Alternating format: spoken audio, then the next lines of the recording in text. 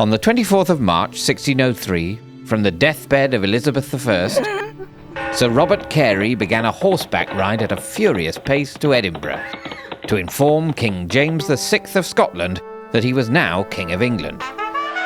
The reign of the first Stuart began in peace and celebration, but the mood of unity did not last. In 1605, the Catholic gunpowder plotters aimed to blow up Parliament. Critics also objected to the growing influence of court favourites such as George Villiers, Duke of Buckingham, who enjoyed intimate access to the king. The Jacobean court was a place of high culture, but also of scandal. James's relations with his parliaments were stormy. In 1621, when he felt Parliament had stepped beyond its authority, he closed the session and tore a page from the House of Commons journal. At stake in these disputes throughout his reign were divergent views about the respective roles and powers of monarch and Parliament. James was a king of peace. Charles had other ideas. After unsuccessfully attempting to woo the Spanish Princess Maria in 1623, he refashioned himself as a militant Protestant hero. But military disasters in the late 1620s taught him that warfare was more challenging than he imagined. Charles turned his back on Parliament during the decade of personal rule. While tensions grew in the country, the art of the court presented a world of peace and prosperity. By 1640, Charles needed Parliament in order to raise taxes. But the Long Parliament became a forum for dissent and radicalism. Soon there was a civil war between the Royalists, known as Cavaliers, and the Parliamentarians, known as Roundheads. On the 30th of January 1649, Charles himself was executed. As the king's head was stitched back onto his body for burial, the people thought afresh about the shape of their nation. After the turmoil of the wars, the dawn of a republic further stimulated some of the most radical political thinking in British history. Oliver Cromwell rose as a military leader in the English civil wars and consolidated his position through successful campaigns in Ireland and Scotland. In London, he dismissed the troubled Rump Parliament and accepted the role of Lord Protector in 1653.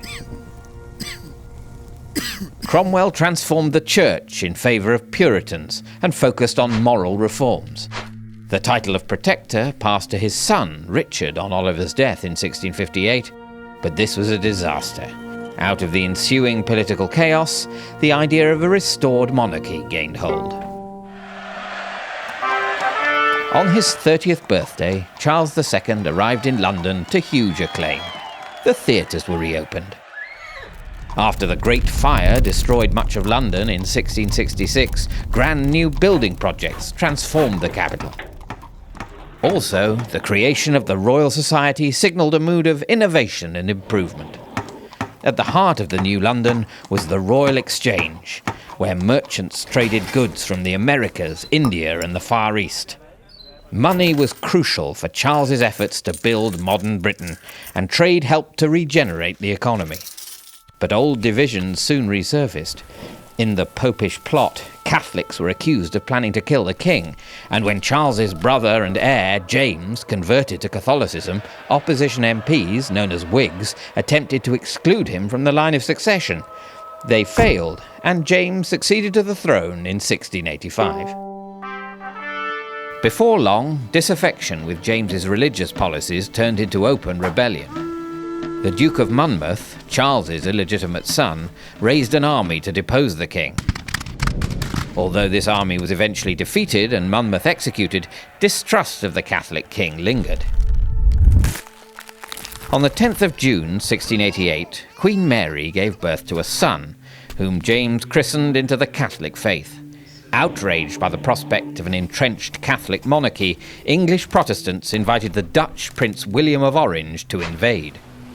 William landed in Devon in November and after a few skirmishes forced the king to flee to France. William and his wife Mary, James's eldest daughter, were crowned early in the new year.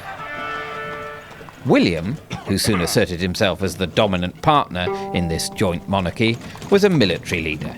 He plunged his new subjects into wars in alliance with his native land, against, most of all, the French. He also faced a threat from the deposed James II, who rallied support among the Catholic Irish.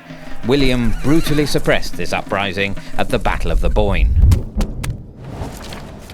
The most significant developments of Williamite Britain were constitutional.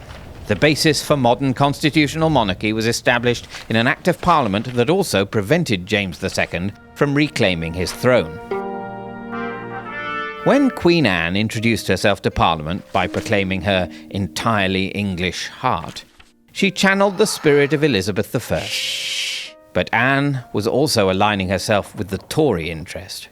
More than any previous English monarch, Anne relied on her councillors to tread a careful line between the dominant political parties, the Whigs and Tories. Anne launched England into an expensive and punishing war with France. The parties clashed over the war, as well as other issues such as religion and taxation, not only in Parliament but also in the nation's informal sites of debate, the coffee houses and taverns. Besides warfare, Anne managed what her Stuart forebears could not. In 1707, she signed the Act of Union, combining the parliaments of England and Scotland. And these separate nations became the United Kingdom of Great Britain,